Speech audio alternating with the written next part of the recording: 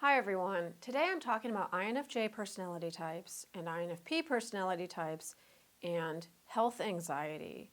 Health anxiety is something that's increased overall in the past few years, especially during and since the pandemic. Since the pandemic, a lot more people have become aware of different health issues and different health risks. So throughout the general population, health anxiety has been on the rise.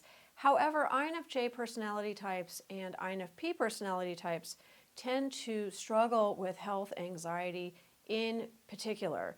Health anxiety can come from a variety of sources. So it can be kind of like a PTSD thing. So if you had an injury or a very severe illness in the past, really laid you low, really just sort of devastated you, even if you fully recovered from that, in the future, you may still carry unresolved trauma about that injury or that illness. So every time you start feeling ill now, it brings back fears and flashbacks of what happened before.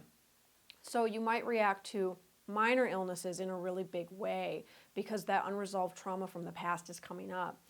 Health anxiety can also happen when you have just sort of a generalized anxiety disorder, a generalized anxiety going on in your life. What happens with anxiety a lot of the time, anxiety likes to find a target.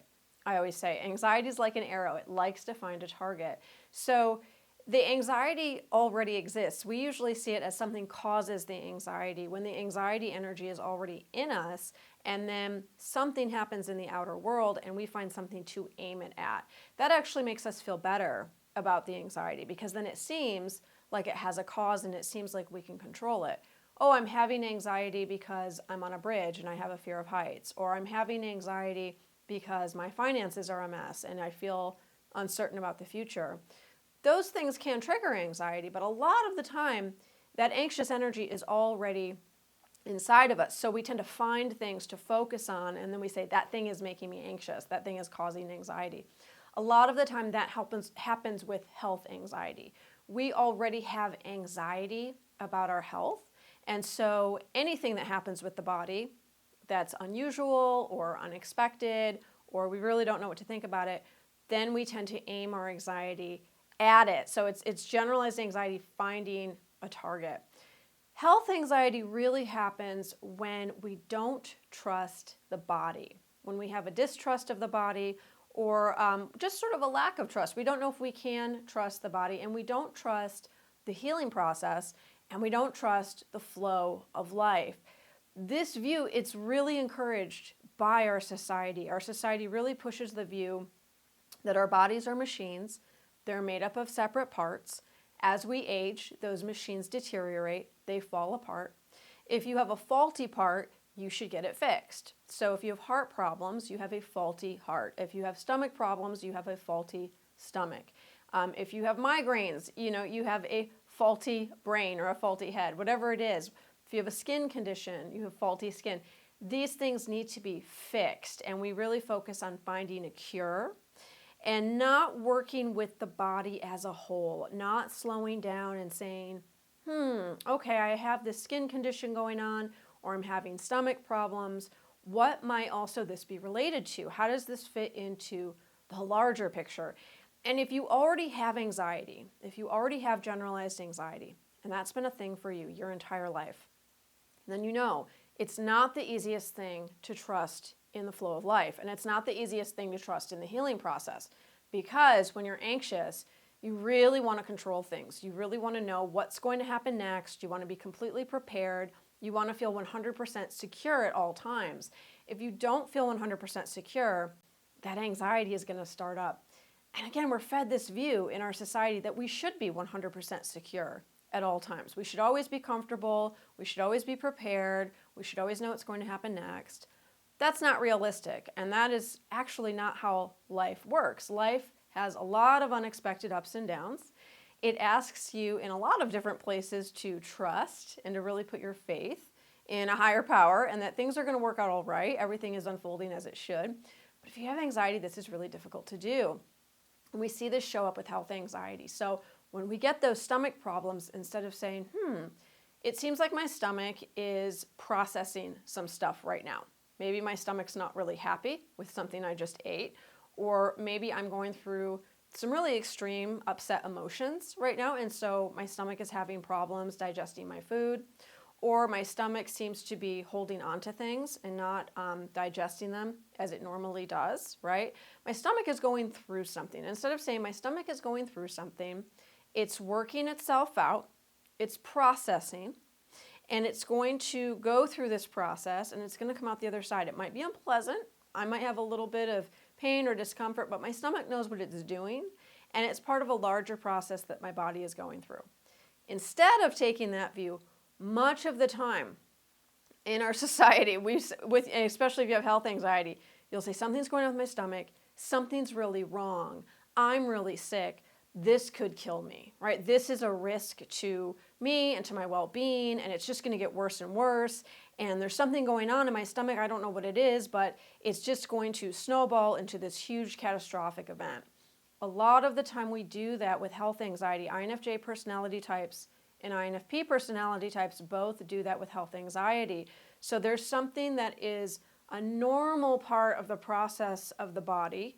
It's a normal part of the body trying to cleanse itself, trying to release something, trying to heal itself, and we really freak out about it, and we take it as a sign that something's really wrong, my body's betraying me, I could die, everything could go really bad, and I'm in danger. Basically, we're feeding ourselves the message, I'm in danger, I'm in danger. That increases the anxiety, and when our anxiety spikes even more, it usually makes whatever symptom we are experiencing worse. So if we're dealing with migraines, if we're dealing with stomach problems, if we're dealing with a skin condition, the spike in anxiety we have because we're telling ourselves something's really wrong, you're in danger, you're in danger, you're in danger, and we're hearing that, it's releasing all sorts of stress hormones in our body, and it really is making whatever is happening worse. So our stomach is knotting up tighter, the migraine's getting worse, our skin condition is flaring up even worse.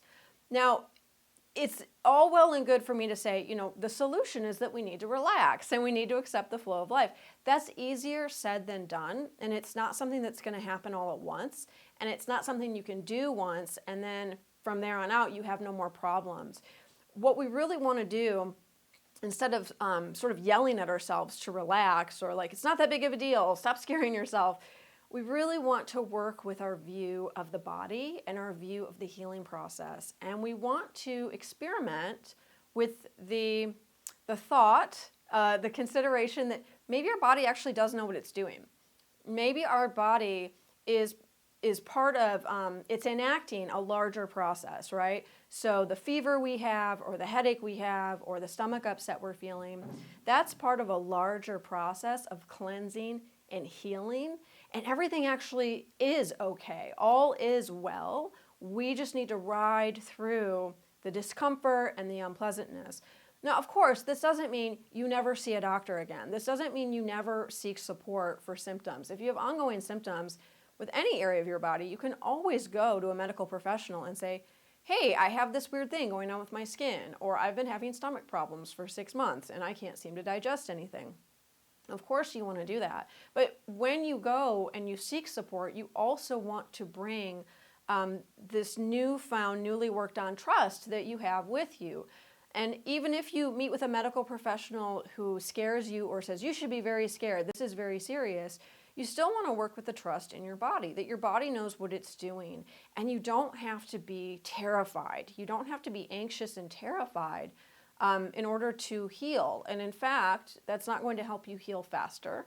That's not going to help you come to a neutral, calm place where you can actually look at the problem that's going on with your body and approach it from a neutral, calm place. That's going to scare you more. So we want to bring this trust and working with this faith that we are attempting to have in our body and in the flow of light with us to any meeting we have with anybody about our body. The body is a wise being. That's what we're really working with, this concept that the body is a wise being. Your body is a wise being. Your body knows what it's doing, and the health issues that you're experiencing, they have a purpose. They're not random. It's not like you're a machine and something just broke, a part just broke down. They're not random. The health issues that you are experiencing have a purpose. A lot of the time that purpose is slowing us down, getting us to take rest breaks or pause or quit that job that's throwing us into burnout. A lot of the times the health issues help us cleanse our system, or they give us time to process. If you just experienced a major life event, a divorce, or you left a job, or you moved to a different country, or a parent died, right? A major, major life event, and then you find that you have this illness or this injury that has suddenly come on, sometimes even with mystery symptoms.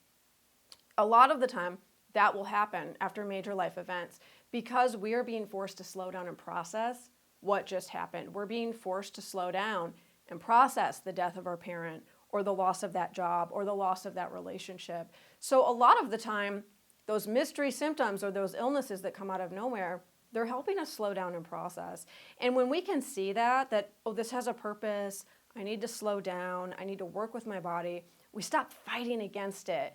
And we stop kind of digging in our heels and always being in resistance, which is where a lot of the health anxiety comes from, because we're telling ourselves, this is bad, I can't let this happen, this is dangerous, I won't do it, no, no, no, no, no, and we're in resistance.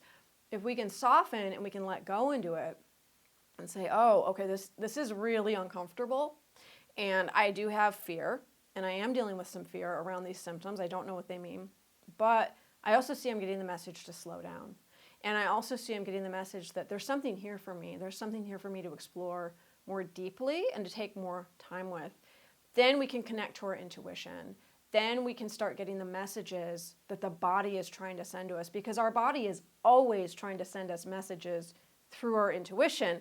It's just that a lot of the time we don't listen. We're so busy running around and trying to be productive and freaking out that something on our body is broken and needs to be fixed, that we don't slow down. We don't take the time for processing, and we don't allow ourselves to receive those messages from our body.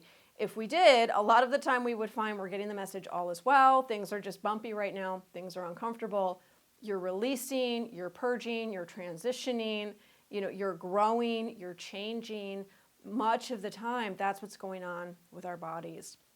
I'm teaching a new class on this topic and a lot more called Intuition and the Body. It starts August 7th. I'm really excited for this class. I got a lot of emails a couple months ago. I was asking my audience, what do you want me to teach next? A lot of people said they wanted something on connecting through the body, because so many INFJs and INFPs have trouble connecting through the body. Now, some don't. So if you're like, oh yeah, I've always been very physical and very movement oriented, I have no problem connecting to my body or getting intuition through my body, I have no problem connecting to my intuition or accessing it, that stuff is all real easy for me, this is probably not the class for you. If, however, you are a highly sensitive INFJ person, INFP person, and you still struggle with the body, and you still struggle with your intuition, and you're still struggling in life, and you feel like, I kind of know where I want to go, and I'm kind of getting there, but I also feel blocked in some areas, and I'm not quite sure why, and I'm also still not really an expert at following my intuition. I can get these little nudges, but sometimes I get scared, or I don't know if I really should follow them. Having a problem, is it fear or intuition? I don't really know. If you have that kind of stuff going on, this is going to be a great class for you. So I do urge you, check out the registration page. It should be open in just a couple days. I'll have a 5-day registration window open. Registration will end August 6th because we start August 7th for Intuition and the Body. If you have any questions at all, please email me, lauren@laurensapala.com. Please also subscribe to my newsletter. That's where I send out all updates on everything. Books and video courses and classes and sales and articles and everything. It all goes through my newsletter, so please sign up to my newsletter. The link is also below. And please also subscribe to my channel and like this video. I do tons of videos for INFJ people, INFP people, intuition, creativity, writing, relationships, life, you name it. I do videos on it. So please subscribe to the channel. Thanks so much, everyone. I hope I see you in this class, and I'll see you next time.